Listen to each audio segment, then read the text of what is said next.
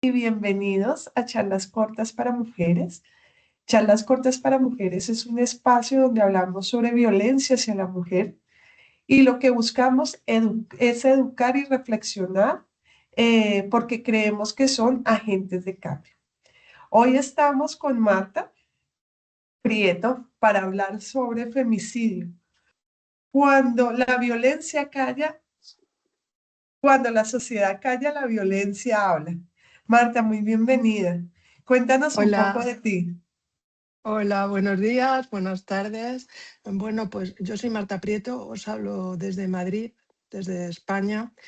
Lo primero, daros las gracias por darme esta oportunidad de este momento de convivencia, de este momento de diálogo abierto. Yo soy trabajadora social, soy experta en criminología y en victimología. Llevo muchos años trabajando en servicios sociales, en discapacidad, con personas mayores. Mis últimos años los he dedicado al estudio y a la investigación en el área de la criminología, la violencia de género y los crímenes sexuales contra la mujer y la infancia. Aparte, tengo un podcast que se llama La Senda Esférica, está presente en todas las plataformas, se puede localizar solo con el nombre, estoy en todas partes, en el que toco, aparte de misterios, que es una parte divertida, ¿no? Del programa, ¿no? Tocar misterios históricos, curiosidades. Toco también el tema social con crímenes, realidades sociales y bueno, un poco la defensa de colectivos vulnerables. También a veces Perfecto. me invitan en televisión, ¿no? Tengo la tremenda suerte de que se toman en serio mi trabajo, el trabajo de los victimólogos, y he estado en algunas ocasiones también en diversos canales de televisión. Esta es un poco mi andadura. Bueno, Marta, pues imagínate que tenemos una audiencia que está bastante inquieta y no sé si quieras comenzar por las preguntas o empezamos por tu presentación. Pues sí, yo estoy abierta a lo que me digáis, porque una de las cosas que me gusta, yo incluso en mis programas no trabajo nunca con guiones cerrados. Me gusta la espontaneidad, me gusta el diálogo abierto, ¿no? Que es una de las cosas que tú también, Ángela, preconizas en tus charlas, ¿no? Que sea un diálogo abierto y sobre lo que vamos viendo vamos creando comunidad para compartir el conocimiento. Pero si queréis, vamos primero a conceptualizar lo que es Perfecto, lo me que es el encanta. feminicidio. Entonces he preparado esta pequeña presentación. ¿Quién soy? Ya lo he contado y tampoco tiene mayor importancia. Estas son mis propias definiciones, cómo yo defino en mis propias palabras lo que es un feminicidio. Es un acto de violencia de un hombre, grupo de hombres u organización formal o informal dirigido hacia una mujer, grupo de mujeres, sus allegados e hijos, que culminan un resultado de muerte. Porque la violencia puede ser ejercida por una persona, por un grupo de personas, por una organización, ya sea formal o informal, puede ser un Estado o puede ser un grupo terrorista, y va dirigida hacia la mujer, en toda la variedad de lo que implica ser mujer en este mundo actual y lo que implica haber sido mujer a lo largo de la historia. ¿Por qué se ejerce esta violencia contra la mujer? Se ejerce porque vivimos en una organización social heteropatriarcal, históricamente globalizada. Este es un fenómeno que está presente en todo el mundo. Es prevalente en todas las culturas. Está internalizada y perpetuada.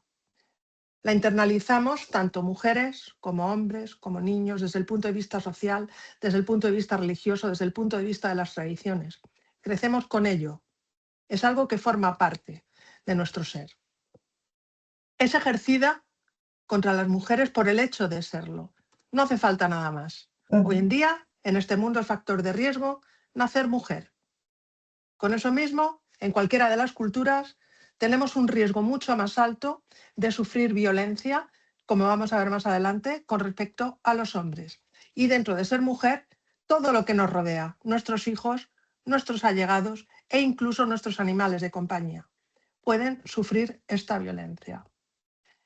¿Por qué se ejerce esta violencia contra la mujer? Pues porque esta sociedad heteropatriarcal, globalizada, estructurada y transmitida históricamente, está enfocada desde una visión supremacista masculina, de dominio, de control y de posesión sobre las mujeres. Y esto está presente en todo, en todo. Está presente en la cultura, en la religión, en las costumbres, en la música, en el cine. Es presente en todo. Todos estamos impregnados de esta cultura. ¿De dónde proviene el término? ¿Cuál es la etimología del término feminicidio?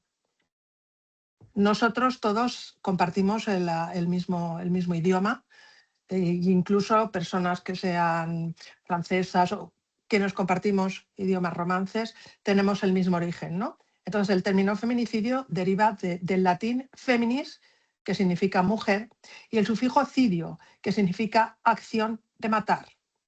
Entonces, ahí tenemos los dos términos, femicidio y feminicidio.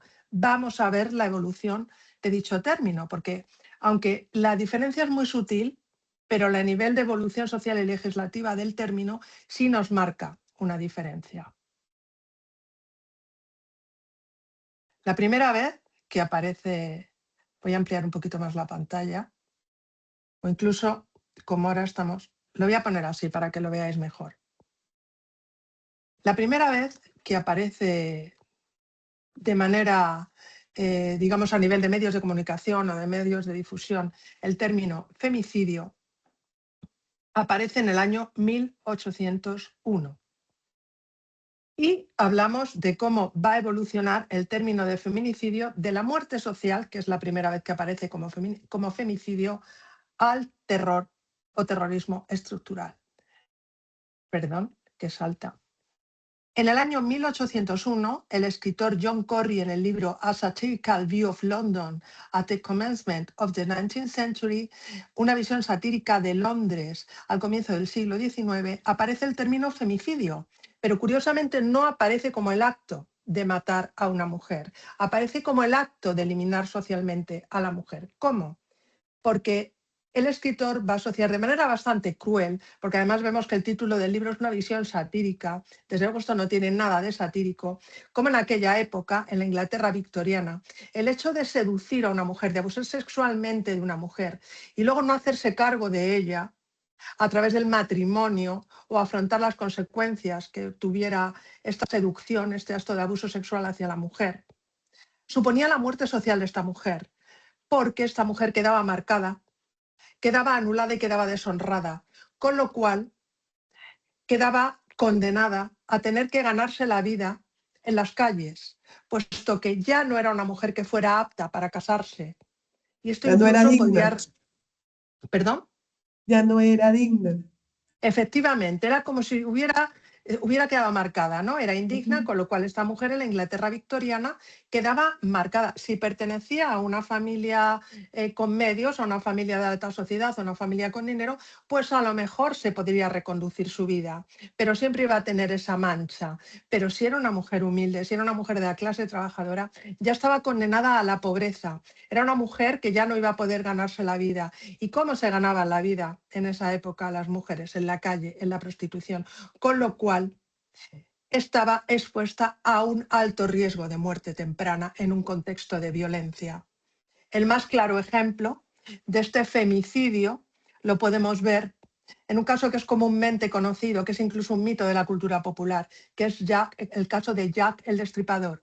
¿Cómo nos ha llegado la imagen de las mujeres que fueron asesinadas por Jack el Destripador? Se nos describe a este tipo de mujeres como prostitutas, como borrachas, se las marcó. No, señores, eran personas, mujeres pobres, que habían huido de familias desestructuradas, que estaban expuestas al maltrato y que se ganaban la vida de la única manera que podían ganarse la vida en aquella época, que era con la prostitución, vendiendo su cuerpo, el único medio que estas mujeres tenían para mantenerse, porque además vivían en la más absoluta pobreza y en la calle, con lo cual muchas de estas mujeres que habían sido utilizadas y seducidas en la Inglaterra victoriana, en la cual incluso existía una red de trata de personas muy bien organizadas desde el gobierno y desde la Iglesia, quedaban abocadas a la calle y con ello quedaban expuestas a un alto contexto de violencia y muerte.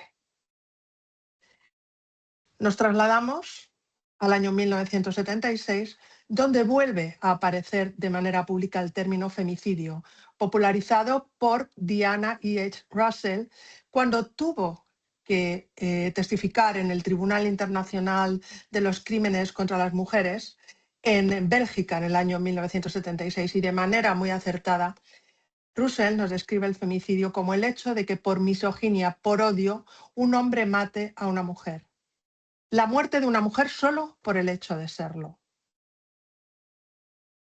Y luego ya tenemos el gran salto, que es en 1993, Marcela Lagarde va a dar el paso de este femicidio como muerte social hacia el terrorismo estructural hacia la mujer, definiéndolo como el acto de matar a una mujer solo por el hecho de serlo, solo por su pertenencia al sexo femenino. Ella lo contextualizó dentro de los crímenes contra las mujeres en la ciudad de Juárez. ¿Cuál es la diferencia? Me vais a permitir que vuelva a salir de la presentación porque necesito ver las caras para poder comunicarme. En México, con los crímenes de Ciudad Juárez, se da una circunstancia en la que es ampliamente conocido que en este contexto las mujeres están desapareciendo, están apareciendo cadáveres de mujeres, pero nadie hace nada para evitarlo. ¿Por qué? Porque es muy fácil encuadrar estas muertes de estas mujeres dentro de que son mujeres pobres, nadie se preocupa por ellas, son mujeres que seguramente estuvieran viviendo una mala vida, casi prácticamente diciendo que estas mujeres han buscado su propia muerte o se lo han merecido por no saber cuidarse, por no ser dignas, y no merece más la pena romper el status quo para romper este ciclo de violencia. Entonces ya vamos a pasar a lo que es contextualizar de manera muy clara el término feminicidio. La muerte de una mujer por el hecho de serlo dentro de un contexto estructural, político y cultural que va a ser permisivo con este tipo de muertes y que incluso va a crear víctimas de primera y de segunda dentro de lo que son los crímenes de odio contra la mujer. No sé si queréis seguir por aquí con este contexto No, teórico no, o queréis pasar a las preguntas. no.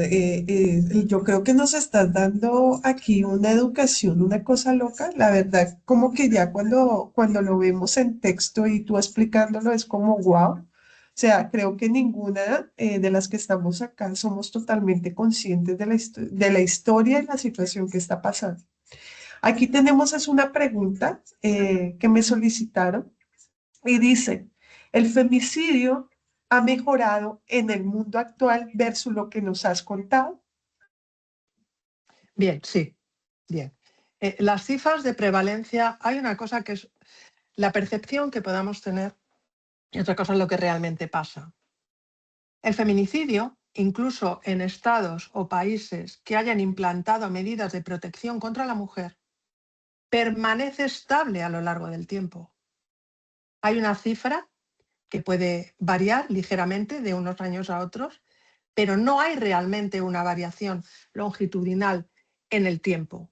¿Cuáles son las mejoras que se han establecido? Que ahora sí tenemos leyes, ahora sí hay leyes que van a permitir defendernos, pero estas leyes tienen una incidencia, por supuesto, pero en el caso, cuando ya vamos al caso de las muertes, se va a mantener esta cifra longitudinal en el tiempo, pero sí, claramente ha habido una mejora, porque estamos aquí hablando de ello.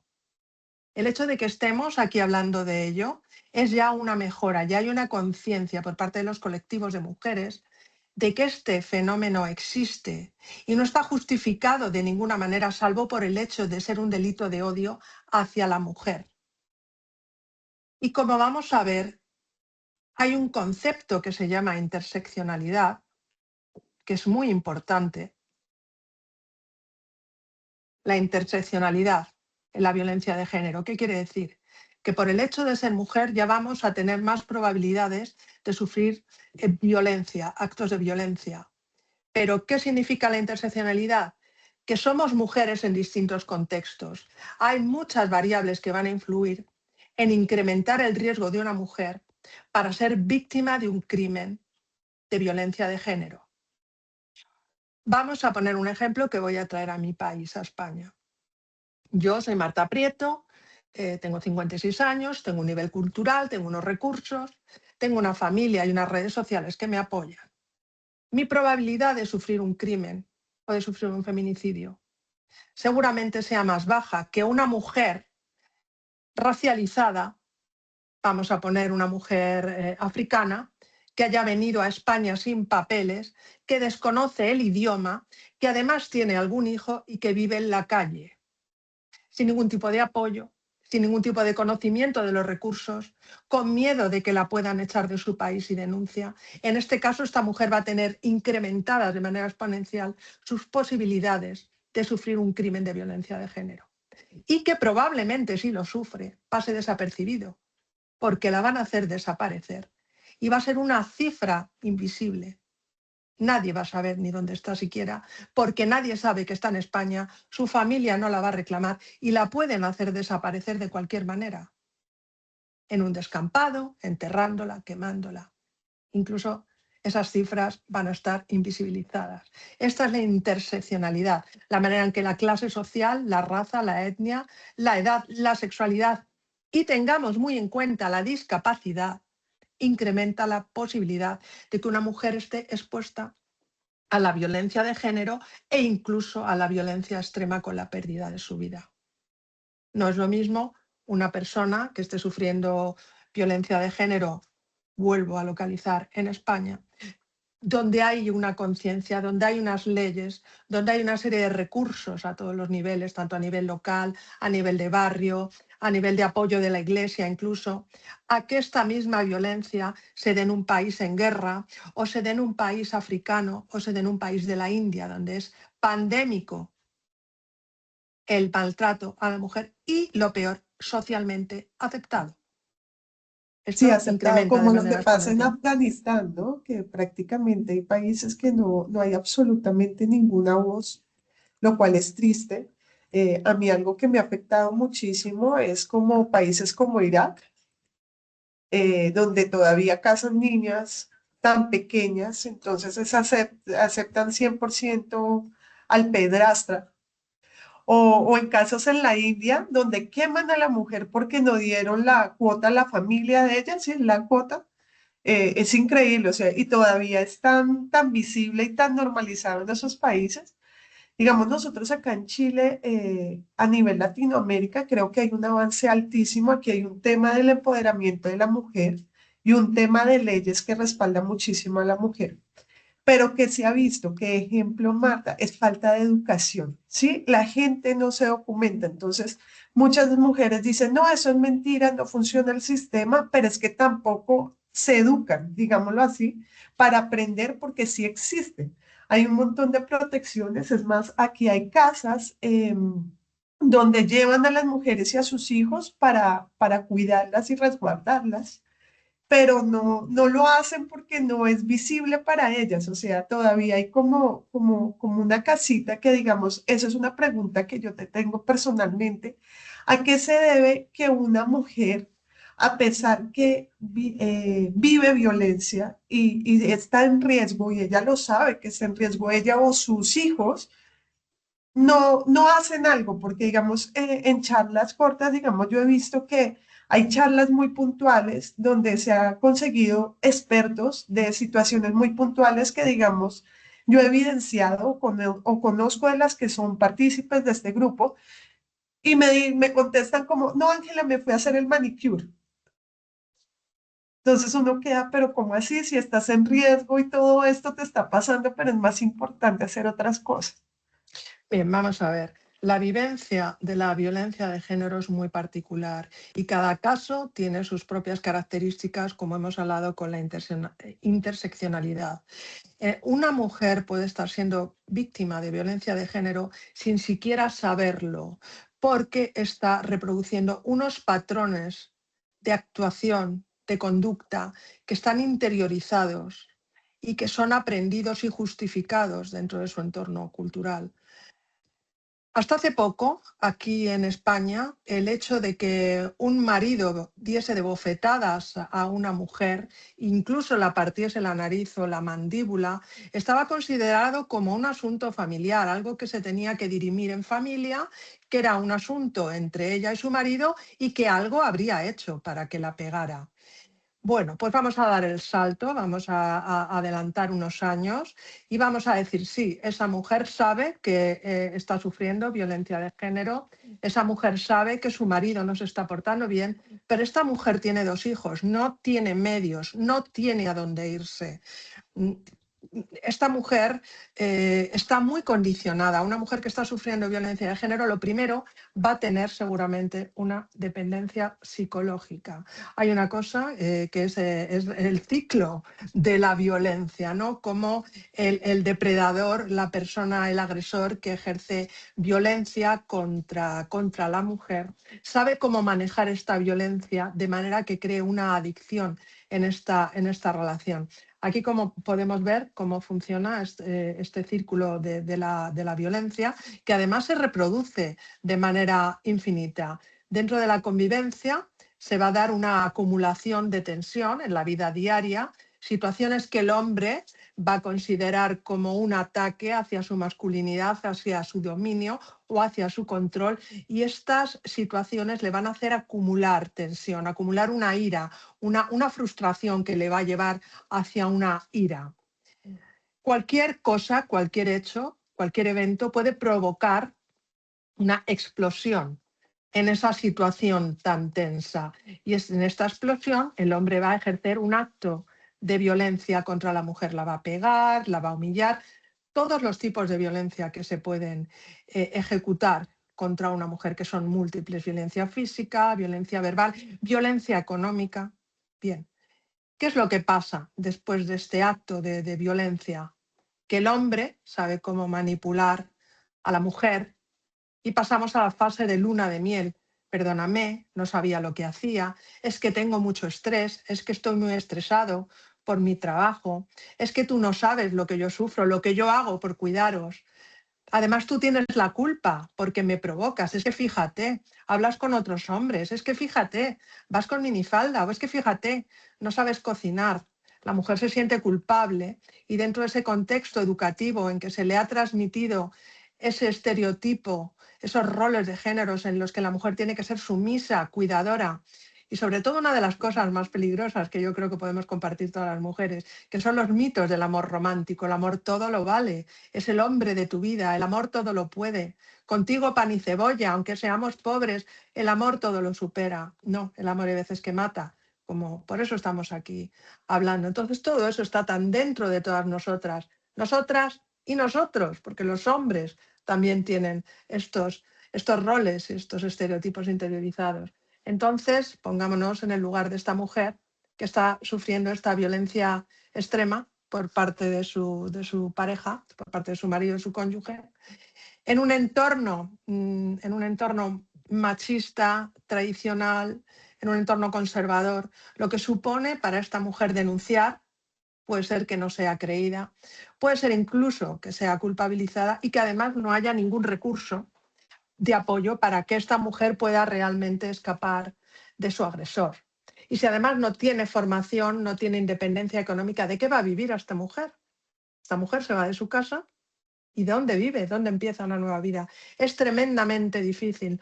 Nunca podemos juzgar a una víctima de violencia de género por no estar haciendo lo correcto. Las víctimas ideales no existen. Cada persona vive la victimización, vive el trauma de una manera distinta. Este caso que tú me has puesto de esta chica que ha sido víctima de violencia y se ha ido a hacer la manicura, a lo mejor ese rato que tiene de hacerse la manicura es el único momento que tiene para estar con ella misma y de que alguien la cuide, de que alguien la hable con cariño. Es una manera de autorregular su dolor. Puede ser un pequeño mecanismo de escape y que además incluso a través de esa manicura, de ese centro donde se hace la manicura, quién sabe si va a crear una red de apoyo social contando su problema, haciéndolo visible a otras mujeres, que otras mujeres compartan su vivencia y que a lo mejor entre ellas mismas se puedan ayudar. Porque muchas veces, y esto es duro decirlo, Pero la denuncia a lo mejor no es siempre la solución a la violencia de género, porque según en qué contextos, la mujer puede ser sometida a una victimización secundaria. ¿Qué es la victimización secundaria? La vivencia que tiene la víctima en el momento que pone en el conocimiento su daño o el delito que ha sufrido a las autoridades, tanto a las fuerzas y cuerpos de seguridad del Estado como a los fiscales, a los jueces, porque no la van a juzgar, porque no va a ser creída, porque van a pensar que se lo tiene merecido, porque en el pueblo la pueden juzgar, en su comunidad la pueden juzgar. Esto es Wow. muy duro y hay que tener Sí, sí. mucha fuerza para afrontarlo y puede ser un proceso. ¿Qué es lo que podemos hacer nosotros como entorno, como redes de apoyo, tanto formales como informales? Estar pendiente de esta persona que puede estar sufriendo violencia de género, estar pendiente de las situaciones en las que las podamos ayudar, pero siempre sin forzar. Es la víctima la que tiene que llevar La su que propio toma su camino, decisión. salvo Entiendo. que haya un caso de peligro de urgencia vital. Si vemos que la están matando, ahí no la vamos a decir, oye, ¿qué quieres que haga? No, ahí se interviene, lógicamente. Pero en el día a día hay que ir poniendo los soportes para que esta persona llegue un momento que se sienta lo suficientemente fuerte o respaldada para poder salir de esa relación. Y en caso de que no pueda salir, que tenga los recursos para poder defenderse. Claro, Marta, tengo otra pregunta. Y yo lo había escuchado en una de las charlas. El femicidio aumenta es cuando se hace una denuncia o se hace algo, ¿cierto? Como esa circunstancia empieza a aumentar más el riesgo, ¿cierto? ¿Eso es lo correcto? Efectivamente, hay unos factores de riesgo. Vamos a ver, porque tengo tanta documentación que no he querido hacer la presentación tan larga, porque si no, iba a salir un PowerPoint, pero vamos, si queréis que luego os lo pase. Mira, hay factores de riesgo que van a incrementar el riesgo de que se produzca un feminicidio. Las situaciones de cambio vital, como puedan ser el embarazo, el noviazgo, la separación o la jubilación. El embarazo es uno de los momentos más peligrosos para la mujer en el contexto de la violencia de género, porque está especialmente vulnerable y además tiene que proteger a su hijo. Está protegiéndose no solo a sí misma, sino está protegiendo la vida de su futuro hijo. Que también el maltrato a esta mujer desemboca en un maltrato hacia el futuro niño, el maltrato fetal. Son los maltratos más crueles que existen. Además, hay situaciones concomitantes que van a acentuar este riesgo de ser víctima de violencia, de sufrir un feminicidio. El aislamiento social y familiar, una mujer que está sola y que no tiene apoyo de redes familiares, está mucho más desamparada de una mujer que puede recurrir a su hermano, a su hermana, a sus padres, a una prima que puede decir, venga, vente corriendo, vente a mi casa, tráete a los niños, no pasa nada. Una mujer que está sola no tiene dónde ir. La situación de desamparo es terrible porque se puede ver en la calle. Y según en qué contextos, el estar en la calle puede ser mucho más peligroso. Pongámonos en un país donde a lo mejor hay una situación de violencia dentro del narcotráfico tremenda. Entonces dices, madre mía, en mi casa mi marido me pega, pero es que si me voy con mis hijos a la calle me van a matar y encima van a secuestrar a mis hijos y los van a meter dentro de bandas juveniles. Pues casi que me quedo en casa, ¿no? Porque aunque me estén pegando, más vale lo malo conocido que lo bueno por conocer. Es así de pragmático y no podemos juzgar esas situaciones. La enfermedad también es un agravante, ¿no? Una situación, claro, una mujer, por ejemplo, con discapacidad, tiene menos capacidad de movilizar recursos, es mucho más vulnerable. O una persona que es dependiente, ¿no? O que no tiene dinero para comprarse sus medicamentos y depende de su marido, de su pareja, para poder sostener estos tratamientos médicos suyos o de sus hijos. Y, por supuesto, la dependencia económica. El depender económicamente del marido es un tipo de violencia. La violencia económica que se puede ejercer contra la mujer limitando su acceso a los recursos, limitando los gastos, controlando los gastos. Si una mujer se va a quedar sin recursos para poder comer y se va a tener que ver en la calle, pues igual esta mujer va a tolerar esta situación de violencia con tal de no verse en la calle, que, como digo, según en qué entornos, puede ser mucho más peligroso que el estar sufriendo la violencia en el entorno de la pareja, ¿no? En el ámbito de la pareja. Todo esto son elementos que van agravando.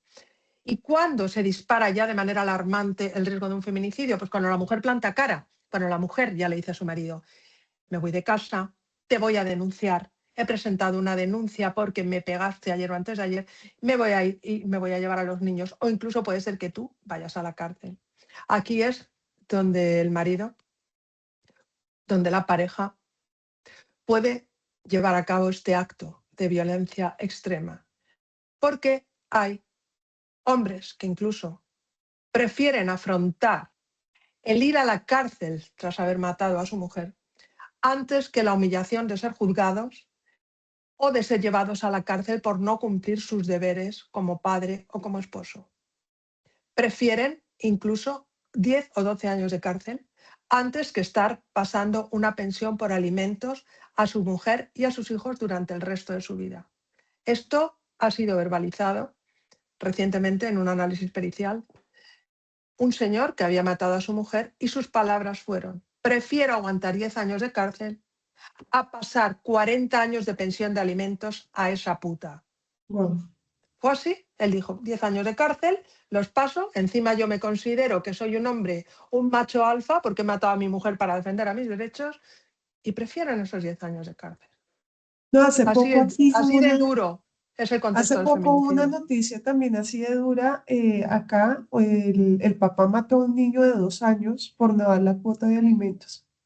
Entonces uno dice, ya llegan a un punto de matar a un niño de 2 años simplemente por no ser responsable de sus actos, es increíble. Marta, aprovecho porque mira, nos escribió Ana.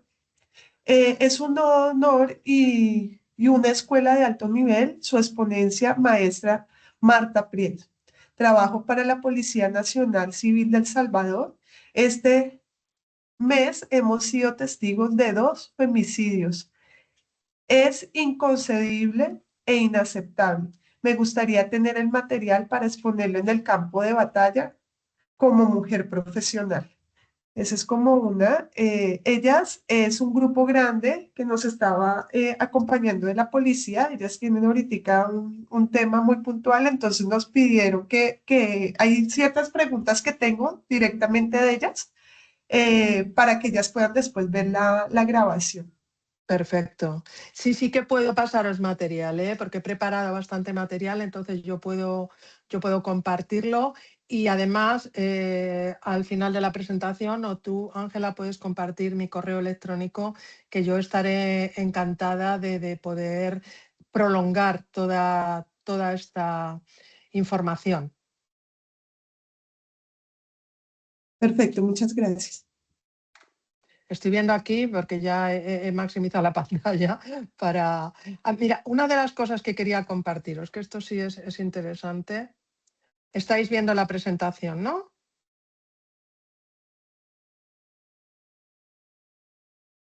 Sí, correcto, A María. ver, quiero compartiros los tipos de violencia contra la mujer que tiene... Estáis viendo esto, ¿no? La primera Sí, sí. vez que desde Naciones Unidas se determinaron diferentes tipos de feminicidio fue con la ocasión de la Declaración de Viena de las Naciones Unidas en 2012. Fijaos los tipos de feminicidio que se pueden ejercer contra la mujer. En el marco de la pareja o expareja, la tortura y el asesinato por razones misóginas, el asesinato de mujeres y niñas en nombre del honor. Esto es tremendamente prevalente a nivel mundial, que una mujer sea víctima y sea asesinada por no haber cumplido los criterios de honor que marca su religión o su familia. El asesinato selectivo de mujeres y niños en el contexto de un conflicto armado. Las mujeres somos rehenes de nuestra propia condición, de nuestro propio sexo, y se nos usa como arma de terror en los conflictos armados. Es terrible. El asesinato de mujeres por causa de la dote. Se nos asesina, se nos ha estado asesinando incluso antes de nacer, porque el hecho de nacer niña en ciertas culturas sigue siendo una carga para las familias, sigue siendo un peso tremendo para educar y sacar adelante a una mujer que fuera del matrimonio no vale para nada. El asesinato de mujeres y niñas por razón de su orientación sexual e identidad de género. El hecho de no responder a los estereotipos y a los roles asignados nos pone una diana en la espalda. Somos molestas y hay que eliminarnos. el asesinato de mujeres y niñas indígenas y aborígenes por razón de su género, el infanticidio femenino y el feticidio en función del género en función del sexo, por razones de género. Las muertes relacionadas con la mutilación genital, lo mismo. Ciertos patrones religiosos y culturales tienen que ser cumplidos y la mujer que no cumpla esos patrones va a ser excluida de su sociedad, va a ser eliminada.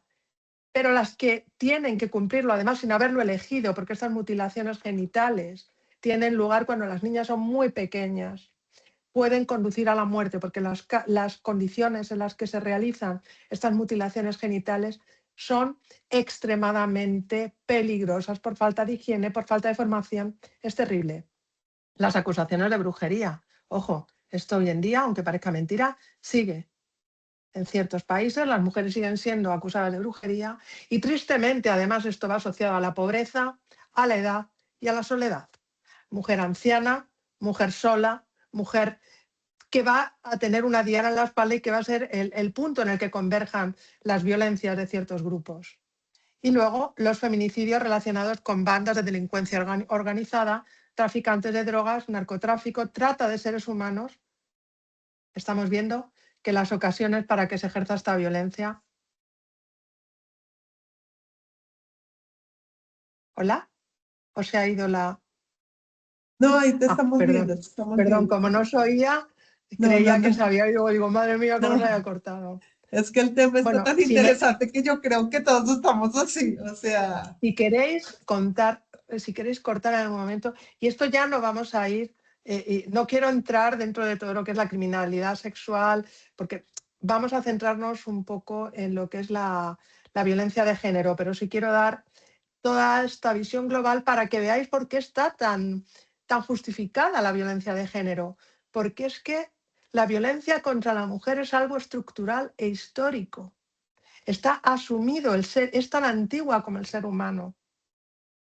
Es algo que consideramos natural, es muy reciente, menos de 100 años, cuando ha empezado la lucha contra la mujer, o sea, la lucha de la mujer por su propia vida. Hasta hace muy poco no hemos sido conscientes de que estábamos siendo victimizadas. ¿Cuántas mujeres hemos sufrido los celos de nuestras parejas, el acoso de nuestras parejas y no hemos sido conscientes de que estábamos siendo víctimas de violencia? Hemos sido sometidas a violencia sexual sin saberlo y hemos normalizado esas Sí, actitudes, no normalizado. las hemos denunciado. Y hoy en día se siguen manteniendo porque se siguen perpetuando. Tú pones cualquier serie de televisión y la mujer sigue siendo carne de cañón. El asesinato de las Sí, de mujeres es algo acuerdo. tremendamente Sí, sí, sí. popular. Es como divertido, ¿no? Es como el tema, la trama de la serie, el asesinato de la mujer, los asesinatos de mujeres, los criminales en serie. ¿Y quién es el protagonista en estas series? El asesino, ¿no? Sí, sí, Ted sí. Bundy. Oh, Jack el Destripador. Qué tío más glamuroso, ¿no? Oh, Aníbal Lecter. No, perdón, estamos hablando de asesinos, donde hay que Ujú. poner la cámara, donde hay que poner el foco es en la víctima.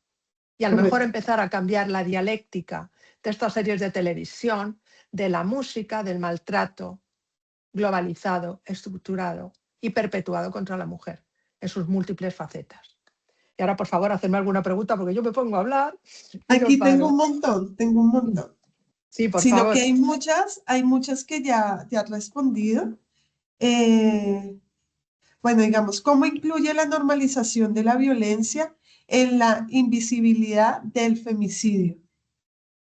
Bien, pues yo creo que esto ya está contextualizado en todo lo que Sí, hemos dicho. Si estamos en una, por ejemplo, vamos a poner el caso más extremo, Afganistán.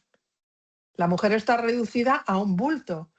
O sí, sea, literal. no puede tener presencia fuera de su casa, no puede arrimarse a las ventanas, no puede hablar, no puede cantar. Esta mujer está totalmente supeditada a la voluntad de su marido.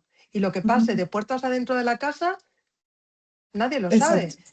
Si la mata, además está justificado por las normas de la Sharia. Pero es que no solo está expuesta a la violencia en el contexto familiar, sino que si sale a la calle y por lo que sea se le escapa un mechón de pelo del Sí, sí, sí. hijab, Aquí ya la también está matan. justificada su muerte, porque Sí. está violando un precepto religioso muy, muy grave impuesto por los hombres, no los olvidemos. Las mujeres los tienen que cumplir aunque no los acepten, aunque hay mujeres que sí los aceptan porque forman parte de la policía que va a perseguir a las mujeres. También hay mujeres dentro de la policía. Pero lo mismo, han sido educadas dentro de un radicalismo religioso que está justificando los actos que hacen. Pero cuanto más esté interiorizada y aceptada esta cultura heteropatriarcal, estos principios machistas, más justificado va a estar el feminicidio, porque se va a ver como algo justificado.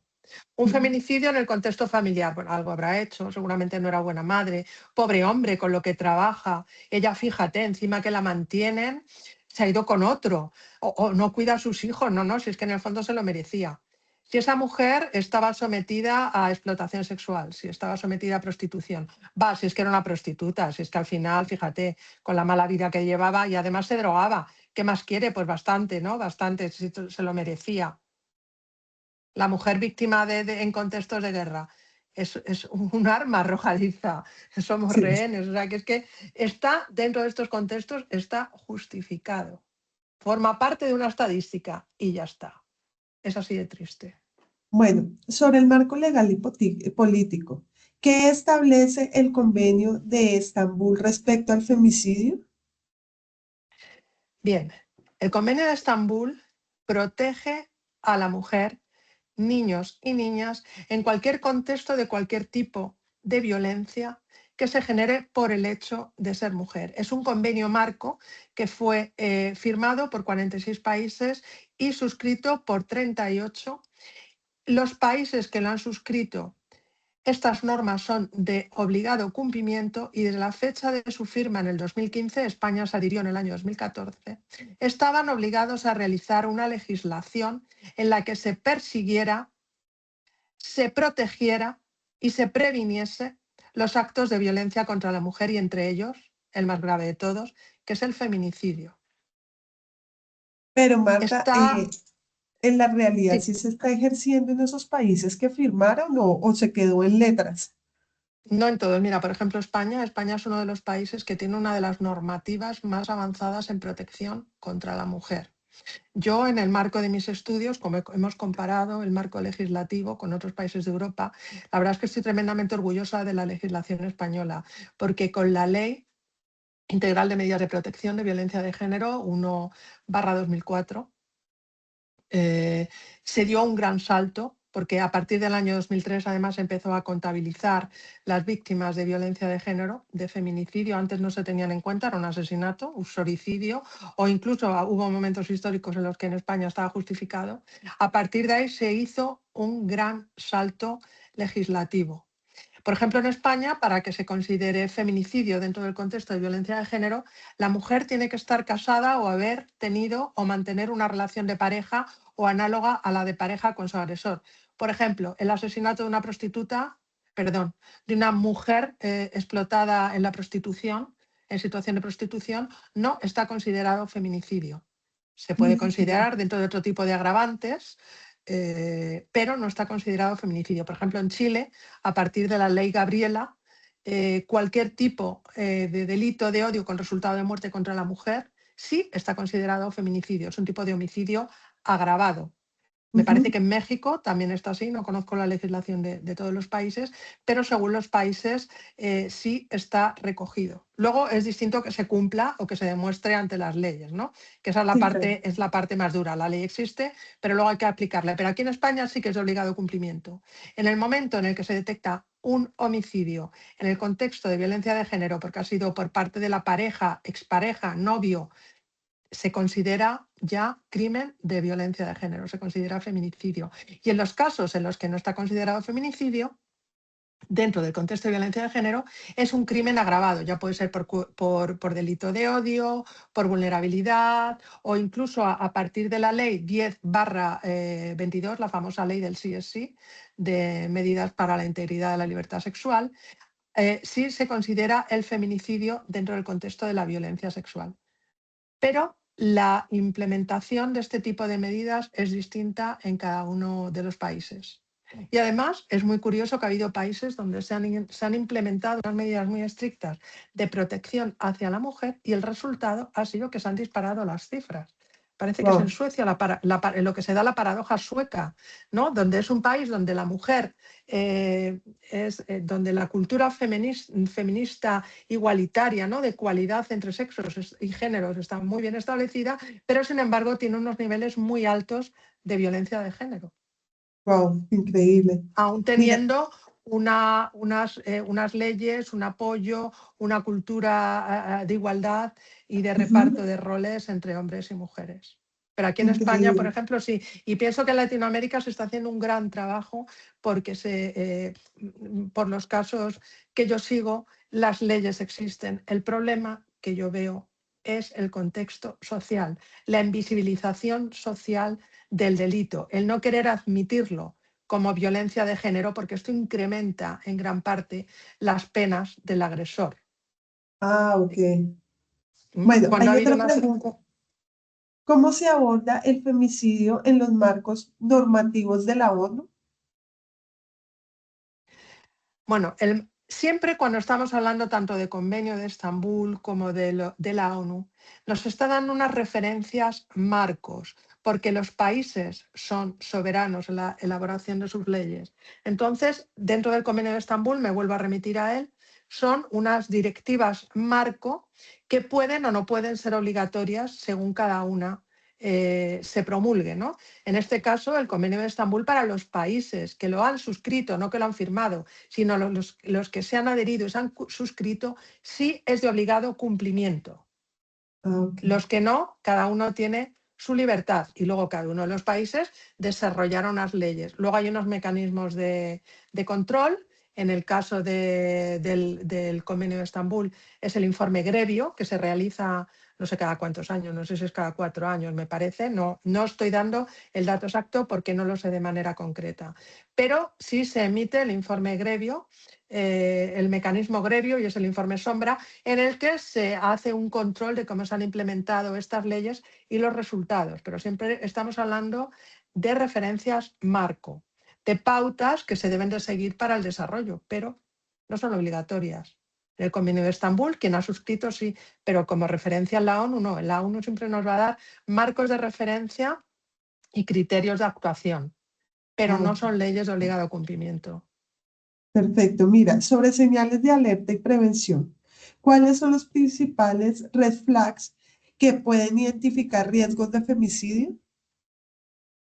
Bien, la presencia de violencias dentro de las relaciones de pareja, hay distintos tipos de violencia que se pueden dar dentro de las relaciones de pareja. Está la violencia física, la violencia sexual, la violencia psicológica, la manipulación emocional y la violencia económica. La presencia de este tipo de violencias, aprender a identificarlas es muy importante porque nos pueden estar hablando de que el agresor es una persona de riesgo. Además, aparte de la presencia de estas actitudes, hay ciertos factores de riesgo en la persona, en el agresor, como puede ser el consumo de sustancias tóxicas, como puede ser alcohol y drogas, como puede ser la inestabilidad económica, también puede ser un factor agravante de riesgo que puede propiciar un contexto de violencia. Y como señal inequívoca, todos tenemos un propio barómetro privado, que es todo lo que nos está haciendo daño. Es una señal de peligro. Una relación de pareja no es una relación de cuento de hadas, es una comunidad de intereses dentro de la existencia de esos vínculos afectivos, en los que ambos miembros tienen que luchar por un proyecto común. Si una persona te hace daño, nunca puedes justificar que sea por amor. Una persona que te quiere no tiene que hacerte daño. Eso es inaceptable en cualquier concepto. Por mucho que me lo digan las películas, por mucho que me lo digan las canciones, por mucho que me lo diga nadie. Nadie tiene derecho a hacer daño a otro ser humano. Y si aplicamos este principio estricto, podemos ver las señales rojas, las banderas rojas con facilidad. Un chico que controla a su pareja o que le dice que no se ponga una minifalda o que la pega una bofetada porque se ha ido con los amigos o que la obliga a quedarse conectada al teléfono con la cámara conectada mientras Sí, sí, duerme sí. para controlar que no se ha ido a su casa o que controla las redes sociales o que le dice lo que tiene o no tiene que estudiar o Ujú. dónde o no tiene que trabajar. Todo esto son actos de violencia contra la mujer que a largo plazo y ya en el contexto de todo lo estrés que conlleva una relación, porque vamos a ver, la vida no es fácil. Una persona, un hombre y una mujer se casan, tienen sus dificultades laborales, hay que pagar la casa, hay que pagar la hipoteca, vienen los niños. Sí Se es. tiene que poner mucho de ambas partes, con mucha empatía, mucha comprensión, para que ese proyecto salga adelante. Si dentro de este proyecto, con el estrés de lo que es la vida diaria normal que tenemos todos, ¿no? De que no llegamos a fin de mes, de que hay que limpiar la casa, de que vienen los niños, de que viene la suegra a comer y tengo la casa hecha un asco, si a Ajá. todo esto añadimos un contexto de violencia que puede ir increciendo, porque la violencia se aprende, la violencia se experimenta y la violencia genera niveles de tolerancia. Podemos empezar con una violencia verbal, podemos Ujú. empezar con humillaciones, pero eso puede ir en escalada, Ir porque subiendo. Sí, vamos sí. viendo que esa violencia que vamos ejerciendo contra la mujer ya no es suficiente. Parece que ya chillándola, insultándola, pues ya no me hace caso. Parece que Ujú. poniéndola en ridículo tampoco hace lo que yo quiero. Voy a dar un pasito más. Voy a darle algún empujoncito, voy a intentar asustarla un poco para que me obedezca y vea que el que manda soy yo. Eso Ajá. puede llegar a una escalada. Quiero decir, hace poco hablando con una persona, con una policía que trabaja en violencia de género, ponía un ejemplo. No, no, es que mi marido nunca me ha hecho nada. Es la primera vez que me da una bofetada. Nunca había hecho nada violento contra mí, solo me había dado una bofetada. Nunca es solo una bofetada. Antes de esa bofetada, en esa Tuvo relación, ya ha habido violencia. Lo que pasa es que ha sido violencia gritos, interiorizada, humillaciones. Ujú. normalizada, invisibilizada. Pero ha Ujú. habido un trayecto en el que ese hombre ha llegado a dar una bofetada a esa mujer. Y además Sí. tenemos el peligro, que es la transmisión de los círculos familiares de la violencia. La violencia se aprende también. O sea, no solo estamos maltratando a la mujer, sino que estamos maltratando a los niños que están sufriendo esa violencia y además les estamos transmitiendo unos patrones de uso de la violencia dentro del contexto familiar. El uso Ujú. de la violencia para conseguir tus propósitos. Todo eso Sí. son señales rojas. Porque además hay una cosa que se llama la versatilidad criminal. No puedo generalizar, porque ahora mismo no tengo aquí las estadísticas, pero sí puedo hacer una aproximación global. Un hombre que da el paso tan extremo de matar a su mujer, ni va a ser el primer acto de violencia que hace, no va a ser el primer acto de violencia y tampoco va a ser la única infracción de la ley. Esta persona que da el paso de matar a su mujer, si se hace un estudio global de lo que es toda su vida, si se hace un estudio de ese agresor, vamos a ver que seguramente sea una persona que ha incurrido en otras infracciones de la norma. Ajá. Seguramente es una persona que comete delitos viales, que se salta las señales, que eso no va con él.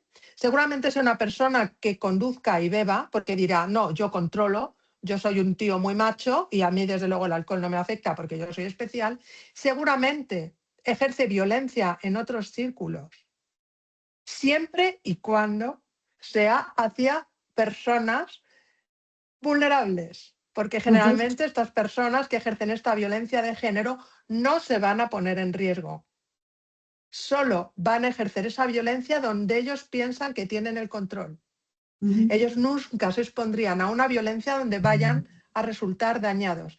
Ejercen la violencia Con los que con pueden. un pleno control de Ujú. ella, quiero decir, pierden los papeles, pero saben que están ejerciendo la violencia y la van a ejercer dentro de situaciones de control donde ellos no vayan a resultar dañados. Ellos, y es la mayoría de las veces es así, matan a la mujer y ellos salen indemnes. Incluso hay algunos que simulan el suicidio, pero que pocas veces lo finalizan.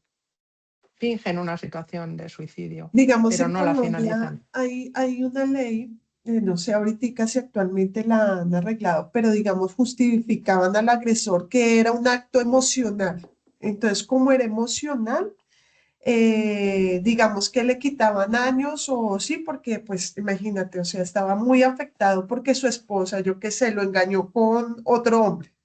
Entonces, justificaban al agresor. Y aprovechando lo que tú estás diciendo, que normalizan en las familias, yo como colombiana, y es muy normal en Colombia, que tú escuchas comentarios como, ay, ten paciencia, eso es normal.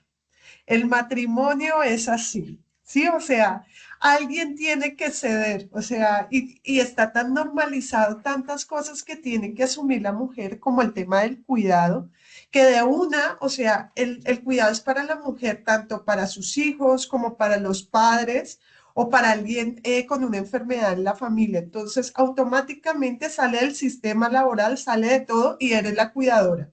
Y si no eres la cuidadora, eres mala hija, mala esposa, mala mamá, o sea, de una el proceso es juzgado. Entonces, digamos, a mí me pasó personalmente que yo con este despertar de conciencia, yo siempre digo que esto fue un despertar de conciencia para mí, Sí. en serio, cada día aprendo más y porque yo veía esta puntica y cada vez que hay un experto como que soy más consciente y ya esto va como así de grande y uno dice increíble, o sea, yo también lo tengo normalizado un montón de cosas, pero ya escuchar gente de mi país, amigas, colegas, y uno dice, wow, ellas sí que lo tienen normalizado. O sea, culturalmente tenemos normalizado muchas cosas. Ejemplo, en Colombia, cosa que yo agradezco en Chile, físicamente tienes que estar peinada, maquillada, tacón, faja, ¿sí? Y si tú no eres delgada, te quedas solterón. O sea, definitivamente nadie se va a fijar en ti. Entonces tenemos ciudades que desafortunadamente las niñas de 15 años, en Colombia la fiesta de 15 años es muy importante para las niñas. Lo que piden es ponerse senos, hacerse la lipo. Entonces imagínate la presión social tan grande y tú dirás, bueno, los hombres son guapos mínimo, ¿no? No, nada que ver, o sea, nada que ver, son gordos, ¿sí? Entonces tú dices, oye, qué tristeza la presión tan alta que tenemos. Acá en Chile afortunadamente no es así, pero cada vez que escucho o escucho colegas de turismo, cuando yo quise hacer una tertulia con un grupo muy puntual y me dicen, ejemplo, colegas de Panamá, no, Ángela, yo nunca he sufrido violencia. Y yo decía, pero yo les dije, pero si eres de Panamá, o sea, culturalmente nosotras ya sufrimos de violencia desde que salimos y te empiezan a decir piropos. Sí, y tú estás asustada, digamos, en el transporte público de que no te vayan a tocar o te vayan a hacer algo. O sea, desde ahí ya empezamos mal, pero no lo visualizan, ¿sí? O sea, es increíble como esta falta como de educarnos todas, ¿no? Bueno, hay otras preguntas que te tengo. Bueno, la verdad es que hay un montón. Mira, para esto que me estabas diciendo, hay un concepto que desarrolló una psicóloga, es una investigadora española, una de las mejores investigadoras en tema de violencia contra la mujer, y además tengo el privilegio de que ha sido profesora mía, que es Agustina María Vinagre. En el año 2019 desarrolla el concepto VISEM, V-I-S-E-M, es violencia social encubierta contra la mujer. ¿En qué consiste esta violencia social encubierta contra la mujer? En roles de género, estereotipos de género y socialización diferencial. Los roles de género son las normas, deberes y comportamientos que tienes que cumplir por pertenecer al sexo femenino. ¿Qué son los estereotipos de género? El acuerdo social comúnmente aceptado sobre cómo se tienen que comportar las mujeres o grupos de mujeres. Y la socialización diferencial, que es de lo que estábamos hablando ahora con el tema educativo. La interiorización de normas asignadas a cada género según su sexo biológico. Tú tienes un bebé y si es un niño, no lo vas a vestir ni le vas a educar como una Exacto, niña. Al exacto. niño, y es verdad, y es que sigue así, se le van a seguir asignando juguetes de poder, juguetes de juego, juguetes de riesgo, juguetes de reto, superhéroes, guerreros, Y la niña sigue siendo el rosa, la princesa es Disney, las estrellitas y los unicornios. A partir de aquí. Y hay un experimento en el que se pone a una persona, a un niño delante, sin definirle que es un niño. Se le pone ropa de niño y dice, háblale al niño. Y entonces, como es un niño, le dice, ¡ay, mi campeón! ¡Qué fuerte, qué grande estás! Y le habla como se supone que se tiene que hablar un niño. Ese mismo bebé se lo pone en otra persona, pero vestido de niña, y le habla totalmente distinto. ¡Ay, qué bonita eres! ¡Qué guapa! ¿Dónde mi niña preciosa? ¡Qué guapa estás! ¡Qué ropita más bonita tienes! Desde el principio se está socializando de manera distinta. Incluso hay una cosa ya que se ha hecho viral, que es terrible, que son las fiestas de revelación de género. Cuando no, estas con Sí, sí, globos, sí, que la gente hacen hace unas una, sí, sí, payasadas tremendas que sí. terminan los globos ardiendo, incluso ha habido hasta Ujú, muertos sí, en sí, sí. estas fiestas tan ridículas de revelación del sexo del bebé. O sea, ya le Ujú, estás asignando un rol, ¿no? Vas a ser un sí. niño, vas a ir de azul, vas a ser un campeón y vas a ir en moto. Y si eres niña, vas a ser una princesa Disney, con unos morros así de gordos. Entonces, claro, si estamos ya desde la infancia socializando de una manera distinta, asignando unos estereotipos a nivel de grupo y unos roles de género, más luego añadimos todo lo que es los factores culturales y religiosos de la culpa, del servicio, de la vulnerabilidad, de la mujer delicada, de la mujer que lo tiene que dejar todo por amor, de la mujer que todo, el amor todo lo puede, los mitos del amor romántico, ese hombre que viene a salvarnos, ese Pretty Woman, ¿no? La película este hombre maravilloso y varonil que viene a salvar a la prostituta Sí, sí, loca sí. y al Ujú, final hace de ella una mujer honrada, ¿no? Esto lo tenemos muy interiorizado y tristemente las nuevas generaciones lo están interiorizando también. ujú, sí.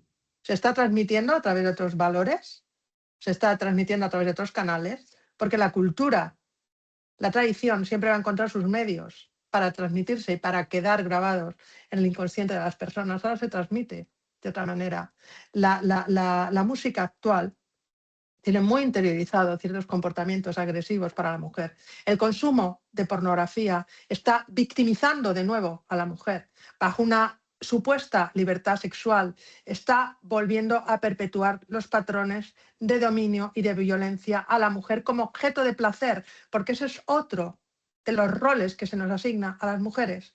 Somos objetos de placer, por eso tenemos que dejar que nos echen piropos, por eso tenemos que estar guapas, por eso tenemos que ser perfectas, y la que no es perfecta ya queda excluida, ¿no?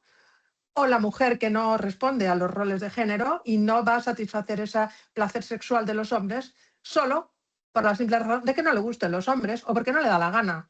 La Ujú, discriminación que hay hacia las mujeres con diversidad sexual, ¿no? Tampoco tienen buena aceptación en muchos países, incluso son perseguidas y eliminadas.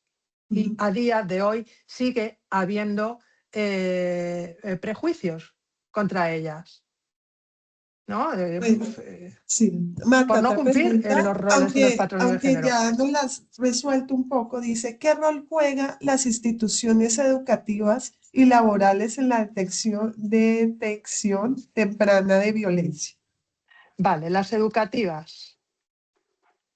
Las instituciones educativas son las instituciones básicas, tanto la institución educativa primaria, que es la familia, Ujú, súper importante. Pero claro, si la familia no cumple ese papel educativo, como hemos dicho, por contexto social, estructural, social, cultural o religioso, sí que están las instituciones educativas, el colegio, en impartir una educación igualitaria, en enseñar en la igualdad, en el respeto, en la empatía, en no asignar estos roles de género por sexo, en saber incluso enseñarnos a los niños, a las niñas, a las mujeres, a identificar estos patrones de violencia.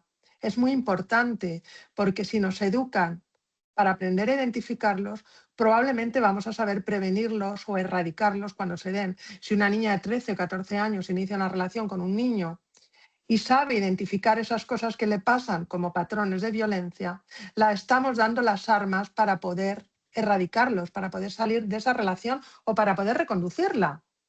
Porque también el niño es víctima de esos patrones de educación machista, porque Sí, se claro, están el transmitiendo, niño. se están perpetuando. Entonces aquí tenemos una doble victimización, la de los Ujú. niños, que muchos entran en conflicto, porque ellos en el fondo no quieren ese tipo de relación, pero claro, tienen que responder. Estamos hablando de la adolescencia, donde es tan importante la aceptación del grupo, la aceptación del otro, de tu grupo de pares. Si tú no respondes a esos patrones que se suponen que son los Sí, que tiene que cumplir un sales hombre, del grupo. estás Ujú. fuera del grupo también. Y probablemente incluso también puedas ser víctima de violencia, ¿no? Sí, Porque te van a correcto. considerar, porque como no cumples esos patrones, ya te van a decir que eres homosexual, que vas a ser víctima de Ujú. bullying. O sea, vamos a ver qué crueldad, ¿no? Qué Sí, sí, sí, crueldad porque también el hombre no hacia los llora, el hombres. hombre no puede estar triste, el hombre no juega con niñas. Sí, sí, hay una Entonces, cosa que también ellos la sufren mucha educación es violencia, muy ¿no? importante, Sí. tanto a nivel de educación igualitaria, de formación, de prevención y de erradicación, porque también dentro de los centros educativos, si se detecta. O sea, el centro educativo no solo para educar, sino también para detectar. Si dentro del centro educativo se detecta que una alumna está sufriendo violencia de género o que la madre de una alumna está dentro de un contexto de violencia de género, pues también puede ser muy importante el papel del centro educativo a la hora de proveer de ayuda o incluso de denunciar. Aquí en España es obligatorio. Los profesionales que nos dedicamos a la atención, ¿no? A la educación, atención sanitaria, atención social, estamos obligados a denunciar ciertos delitos y los detectamos. Aquí en Chile es igual. Aquí en Chile Sí. se llama, ¿cómo es? Porque los niños, ¿cómo? Libre de violencia. Bueno, algo así. Tienen, eh, tienen derecho a vivir libres de violencia, así se llama. Y lo puede hacer los centros educativos y los centros médicos. Cuando ven algún golpe, alguna situación como mal, tienen la obligación de denunciar. Aquí en España también, o sea que es muy importante el valor de la educación, pero a lo largo de toda la vida, ¿eh? No solo en la infancia, sino a lo largo de toda la vida hay que establecer patrones de prevención primaria, secundaria y terciaria. La prevención primaria sería a nivel de la población general, pues con medidas educativas en los colegios, con medidas educativas en campañas de televisión, con inclusión de roles igualitarios, por ejemplo, en las series de televisión, en las películas, en la música, que es uno de los medios de aprendizaje y modelado más prevalentes, la televisión. Una prevención secundaria a grupos de riesgo, ¿no? A mujeres que por su situación, por sus condiciones económicas, por sus condiciones culturales pudieran ser más proclives a ser víctimas de violencia de género. Y luego la prevención terciaria, que ya sería la dirigida directamente a la intervención directa con mujeres que han sido víctimas de violencia de género, para dotarlas de medios y recursos para poder salir o por lo menos soportar esa situación que están viviendo. Bueno, Marta, tengo una pregunta que va casualmente a lo que acabas de decir. ¿Cómo podemos empoderar a la mujer y comunicarles eh, y a las comunidades comunicarles cómo actuar ante las señales de violencia? Bueno, lo primero es la educación, siempre la formación para que la mujer pueda detectar esa situación.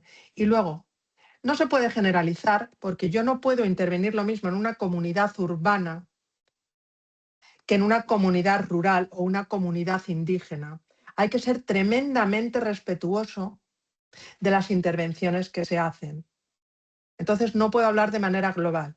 Pero ¿cómo se puede? Lo primero, la educación y la formación. Creación de redes de apoyo, tanto formales como informales. Que esa mujer que está siendo víctima de violencia de género pueda tener un recurso de ayuda, si estamos hablando de ayuda informal, de redes familiares, por ejemplo, una hermana, un padre, una madre, un primo, que pueda prestarle refugio, por ejemplo, en caso de que esta mujer, no estoy hablando de que la defiendan a puñetazos, esto nunca, pero sí que a esta mujer la puedan dar apoyo, ¿no? En un momento de violencia, o por lo menos para que puedan apoyarla a testificar que esta violencia ha existido. Creación de recursos locales de intervención directa. Si estamos hablando de comunidades rurales, que haya una figura de soporte o de mediación que esté formada en violencia de género para poder conectar a esta persona con niveles de ayuda superiores. Porque, por ejemplo, si estamos hablando de una aldea rural en una zona de montaña de Perú, es muy difícil que allí haya una intervención directa de una trabajadora social o de un fiscal en un servicio central urbano. Pero sí puede haber un mecanismo de ayuda, por ejemplo, dotar de una formación al médico de esa comunidad rural o a la profesora, ¿no? Y formar esos grupos de mujeres que puedan ser círculos de ayuda para intervenir en casos de violencia de género. Pero, como digo, siempre adaptada al entorno y a cada caso, porque no es lo mismo una intervención urbana, no es lo mismo una intervención en un entorno rural aislado o en ciertas comunidades. Hay que respetar mucho. Aquí en Chile hay un programa afortunadamente yo tuve la oportunidad que se llama Monitoras de Violencia Intrafamiliar. Entonces, nos capacitan, es gratis, son como 4 días y realmente es como de cierta manera como una voz para cuando tú escuchas tu vecina, cuando vas en la calle y está así, cómo poderse acercar, cómo hacer el proceso, decirle dónde puede pedir ayuda, etcétera, etcétera. Lo único que sí falla, ejemplo, que no llega al rural, aquí hay muchas comunas que todavía no pueden ir. Es más, yo me atreví a hacer el programa a medida como a mí me hubiera gustado que me hubieran abordado y es algo que hacemos gratis, pero anónimo, por medio de charlas cortas para mujeres, porque yo vi la necesidad de que solo estaba en una comuna, acá se llama Las Condes, y yo decía, ¿y el resto qué? O sea, y el resto no se le puede dar la información porque no es de la comuna. Entonces, digamos que por este lado nosotros tratamos de hacer el voz a voz, pero mira que yo no había caído en cuenta en el tema rural ni tampoco en el tema de los grupos indígenas, porque aquí hay bastantes, aquí hay Claro, un respeto muy alto que obviamente yo como extranjera primero tengo que aprender cómo abordarlos, ¿no? Pero es totalmente. algo súper interesante porque sí, yo creo que la mujer rural está muy descuidada y la mujer indígena, ¿no? Porque, digamos, todavía no hay ese empoderamiento, todavía están muy aisladas, entonces es un proceso y un trabajo grande que toca hacer. Bueno, eh, en resumen, aquí ya para debate abierto, ¿qué acciones concretas podemos tomar desde nuestros espacios para prevenir el femicidio? Bien. Bueno, lo primero, depende desde el contexto del que estemos hablando.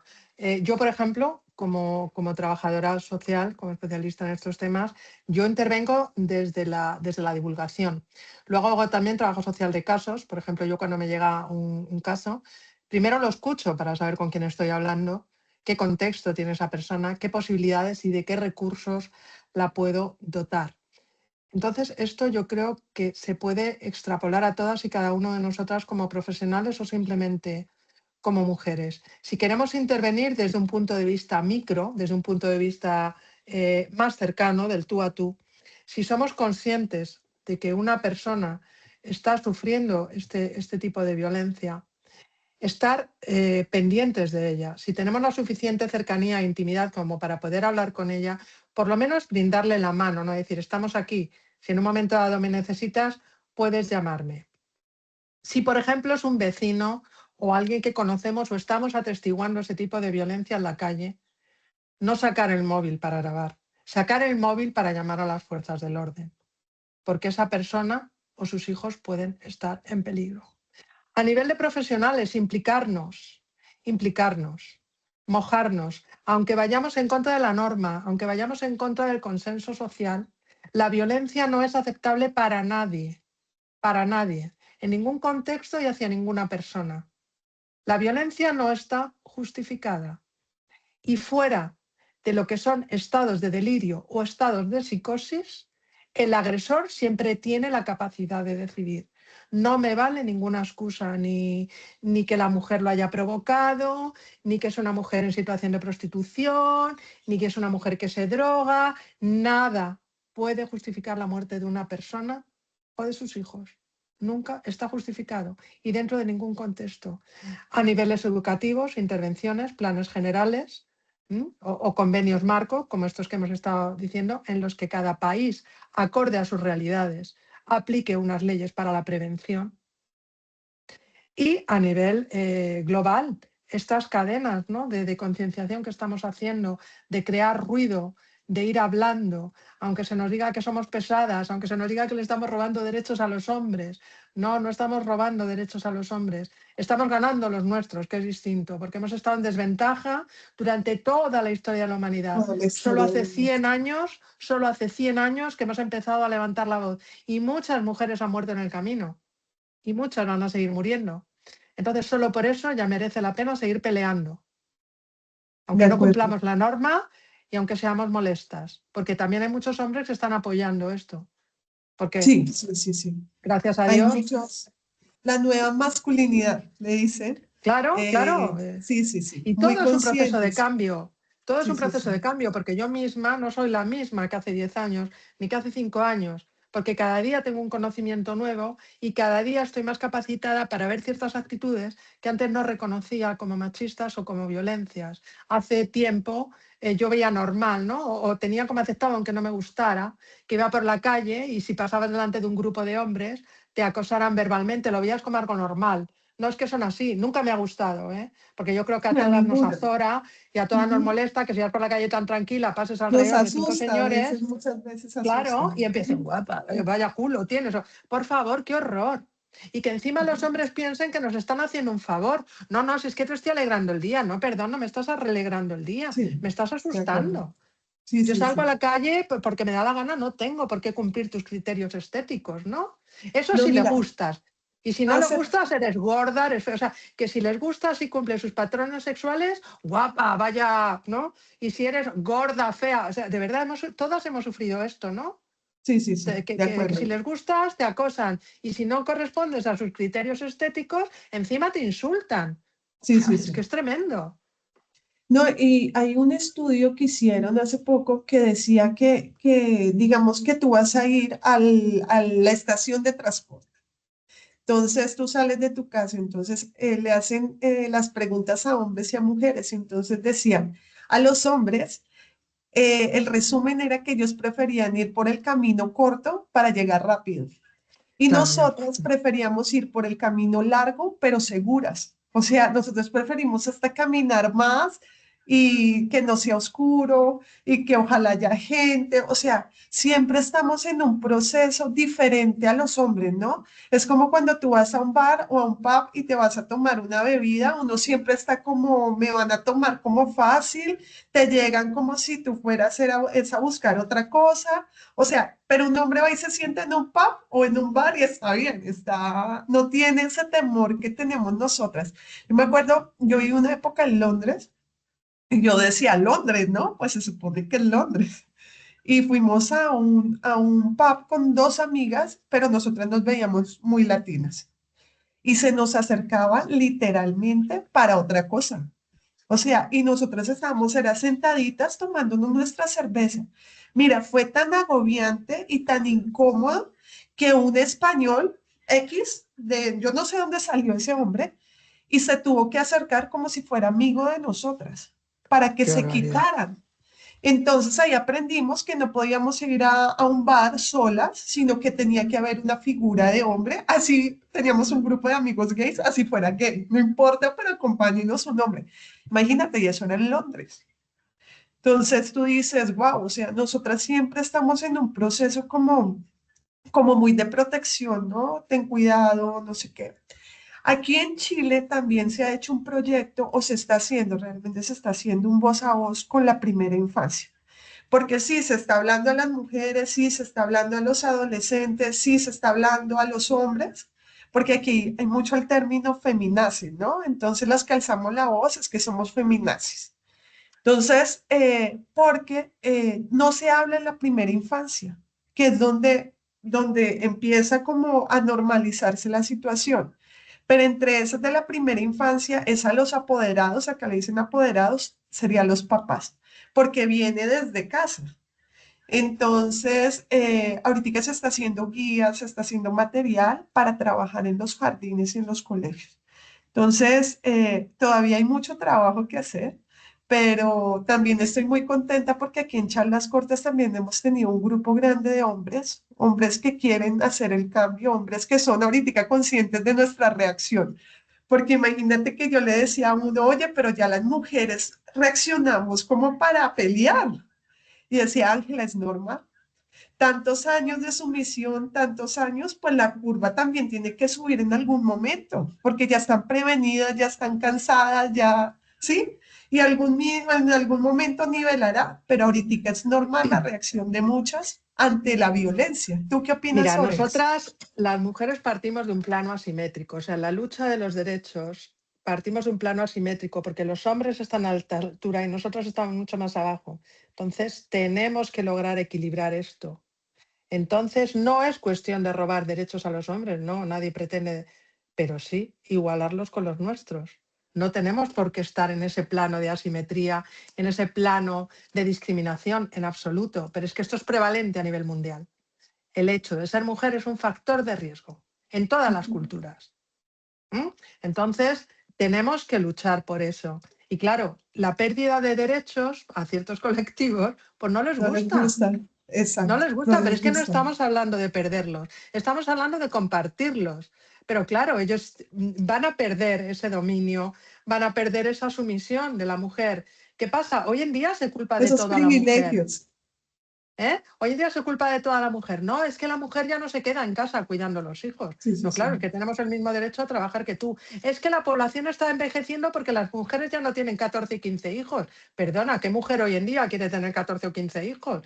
Exacto. Vamos a ver. Aparte, eso, ¿para quién es beneficioso? Esta multiplicación exponencial de hijos, cuando estamos ante recursos limitados, ante cambio climático, ¿es bueno de verdad que las mujeres tengamos tantos hijos? A lo mejor tener uno y educarlo bien o dos es mucho más provechoso que tener 14, ¿no? Para Suma más. proveer de mano de obra, ¿no? Y de mujeres gestantes. Nos vamos a hacer un poquito ya no estamos hablando de la supervivencia de la época de las cavernas, ¿no? Donde había que tener muchos hijos, porque como morían tantos, había que tener muchísimos para que algunos sobrevivieran, ¿no? Ya no estamos en ese punto, ¿no? De Estamos acuerdo. en un Ujú. punto en el que es mejor tener uno o dos y darles, o tres, un número razonable y darles un acceso a recursos, a medios y a educación, a tener muchísimos hijos, ¿no? En una cultura de pobreza, de falta de salud y de falta de recursos. O sea, yo pienso que eso es mucho más razonable, ¿no? De No, acuerdo, de claro, la acuerdo. mujer sale de casa, empieza a trabajar, con lo cual a los señores se les ha acabado quien pone la lavadora, quien hace la comida, quien cuida a los ancianos, se les ha ido la cuidadora que tenían gratis, Sí, sí, sí, sí, sí. ¿no? No, y Porque es que el el tema matrimonio, el tema de las tareas, ¿no? Porque ya los hombres, claro, es que el hombre era como un hijo para nosotros. Bueno, todavía hay muchos que es un no, hijo no, para lo la sigue esposa, ¿no? siendo. Entonces, ya que Y no, asuman no su perdamos rol. de vista que el matrimonio en muchas culturas es un proceso de esclavitud Sí, doméstica, de sí. tener una persona gestante, de tener una persona que provee de servicios, de sexo y de cuidados, tanto al Ujú. marido como a la familia. No se casan por amor, ni se casan por un proyecto común, son acuerdos en los que la mujer pasa de ser de propiedad de los padres, de propiedad del padre de familia, a propiedad del marido y pasa y pierde todas sus opciones a sus derechos reproductivos, a sus derechos sexuales, laborales o vitales. Pierde toda De opción acuerdo. y pasa a ser una proveedora de servicios hasta que se muere. Y si no los cumple, la matan. Eso es así. Sí, sí, sí. Entonces, el hecho no es que estemos peleando ni seamos violentas, no, no, no, no. Es que queremos que esa situación se equilibre, que los derechos sean los mismos para ambas partes. Y por supuesto que no medie ningún tipo de violencia. Y esto se puede conseguir a través de la educación y del consenso, que a esto a muchas personas, hombres y mujeres, te tildan de feminazi. El otro día una persona a mí por redes me atacó directamente por Mm, defender a un colectivo. Me insultó y me dijo que tenía muy poca vergüenza por compartir esas cosas, que como ujú. siendo trabajadora social compartía esas cositas. Me dijo, lo primero le contesté, no son cositas. Y lo segundo, como soy trabajadora social, por eso las comparto. Y no tolero que te rías de esto. Y me dice, no, no, se me estoy riendo de ti. O sea, claramente me lo dijo, ¿no? Le parecía Sí, sí, sí. ridículo la Sí, sí, defensa sí. de ese colectivo. Entonces, esto existe así, el conflicto siempre va a existir. Siempre va a existir esta cifra residual de mujeres muertas. Pero tenemos que con la educación, con cada paso que damos, no dar ni un solo paso atrás. Cada pasito que demos, cada persona que concienciemos, va a ser una persona más que tenemos de nuestro lado. Y además es exponencial, ¿no? Es una cadena, porque esa persona transmitirá a otro grupo este conocimiento, esta prevención, estos recursos. Y es así como lo tenemos que hacer. Solo llevamos 100 años haciéndolo. Sí, porque independientemente ese hombre maltratador fue criado por una mujer, ¿no? Entonces ¿Cómo, ya cómo? ves, ese hombre maltratador fue criado por una mujer también, ¿no? Entonces ya a veces digo, tenemos que ser conscientes las que somos mamás, cómo estamos también criando, ¿no? Porque hay una Efectivamente. responsabilidad muy alta, porque yo a veces digo, una vez una amiga llegó y escribió un artículo y decía, ay, hablando sobre Hitler y etcétera, y yo le dije, sí, pero recordemos que a Hitler lo educó una mujer. Entonces preguntémonos también el papel que nosotras tenemos y la responsabilidad de eso. Y otra cosa que te quería como Pero hablar ahí era el tema de la esto. responsabilidad de la mujer va a estar muy limitada por el medio en el que se la ha educado. Tengamos en cuenta que esa mujer no ha controlado esa cultura machista que se le ha transmitido. Si a esa mujer se le hubiera educado en un entorno más igualitario, probablemente ella no transmitiría esos valores machistas. Es una cadena de transmisión que siempre va al mismo origen, la dominación masculina. Eso no lo olvidemos. Aunque nosotras hayamos sido transmisoras de esa cultura machista, hemos sido víctimas de violencia. Igual. Tanto mi abuela como mi bisabuela como mi tatarabuela, ellas han transmitido la cultura machista a la que Sí, las han criado y no le han dado opción a elegir. No las puedo culpabilizar. Ahora, cuando tienes el conocimiento, ya sí eres responsable de cómo lo transmitas. En el momento que sabes que eso no es correcto, ahí ya tienes el arma para tú poder elegir si quieres seguir transmitiendo o quieres cortar esa cadena de transmisión de la y violencia. romper esos patrones. Bueno, Efectivamente, Marta, eso sí está en todo un nuestra mano. placer. Todo un placer tenerte aquí. Esperamos tenerte de nuevo aquí en charlas porque la verdad hay tanto material de aprender de ti que es increíble. Me voy muy contenta. Quisiera saber dónde te pueden contactar, Marta. Mira, pues podéis contactar conmigo en el correo electrónico, lo voy a escribir aquí.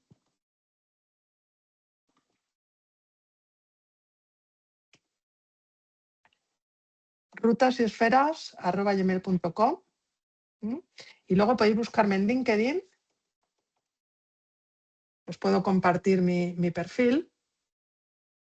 Un momentito y os lo comparto.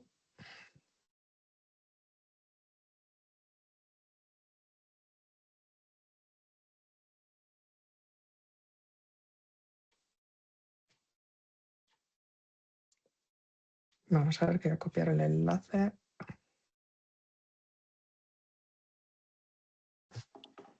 Bueno, esperad un minutito y un segundo y os lo comparto.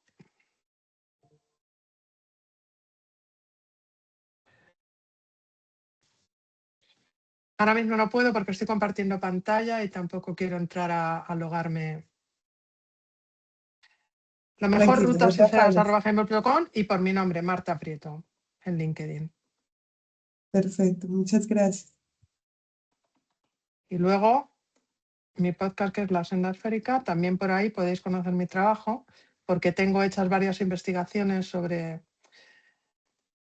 Tengo una investigación muy interesante que es sobre la Inglaterra victoriana, las victimizaciones femeninas en la Inglaterra victoriana vinculadas a Jack el Destripador, con la trata de personas, la prostitución, pederastia. Eso os puede gustar. Es una investigación muy original que hice porque está dramatizada. O sea, recuperé prensa de la época incluso para ver en el Wow. contexto en el que se dieron los crímenes de Whitechapel y alguna exposición de cómo vivía la mujer en aquella época, la mujer en la infancia. Entonces, La Senda Esférica también la tenéis en Apple Podcast, en iVoox, en Prime, en todas las plataformas de distribución. Estoy y ahí podéis encontrar también mi trabajo. Y si necesitáis cualquier colaboración, llamadme Ay, mil gracias, Marta. sin Mil ningún problema. gracias y gracias por el trabajo que también haces, la verdad. Esta información es increíble. Bueno, un Yo abracito. lo que sí voy a hacer, Ángela, es que te voy a pasar la presentación Vale, que hice, ¿vale? Con todas las estadísticas, las comparativas, os las comparto. Y si alguien más quiere información más específica sobre algún tema, a través tuyo o a través del correo electrónico, que se pongan en contacto conmigo. Mis áreas de trabajo están especializadas en violencia de género y abuso sexual infantil. ¿vale? Perfecto. Esas Muchísimas son... gracias. No, aprovecho esto porque la presentación la pidieron del Salvador, El Salvador, porque están haciendo un trabajo increíble, la verdad. Estoy asombrada. Ayer estuve en un evento sobre el turismo y derechos de género. Y wow, o sea, el trabajo que están haciendo Honduras, Guatemala y El Salvador es increíble, de hacer visible a la mujer, de darle herramientas a la mujer cuidadora, de no dejarla solo como cuidadora, de capacitarla. Entonces, porque son muy conscientes que es el 70% de la industria turística, entonces, es súper bonito el trabajo que están haciendo, trabajando con mujeres rurales. Entonces, la verdad, yo soy de las que digo, no, no está bien hablar de política en estos espacios, pero digo que ese presidente ha sido una locura porque ha hecho un montón de trabajo increíble. Entonces, bueno, las dejamos. Un gran abrazo, Marta. Mil, mil gracias. Muchísimas gracias a todas. Bueno, un abrazo. Carolina, que a ti te he estado viendo todo el rato. Un saludo para ti directa, que has puesto la cámara. Te he estado viendo súper atenta. Muchísimas No, ella es gracias, Tomás. española. Ella es española. Eres de España, ¿no? Sí, sí, Ujú. sí, sí. Un abracito. Venga, muchísimas gracias. Hasta luego. Adiós.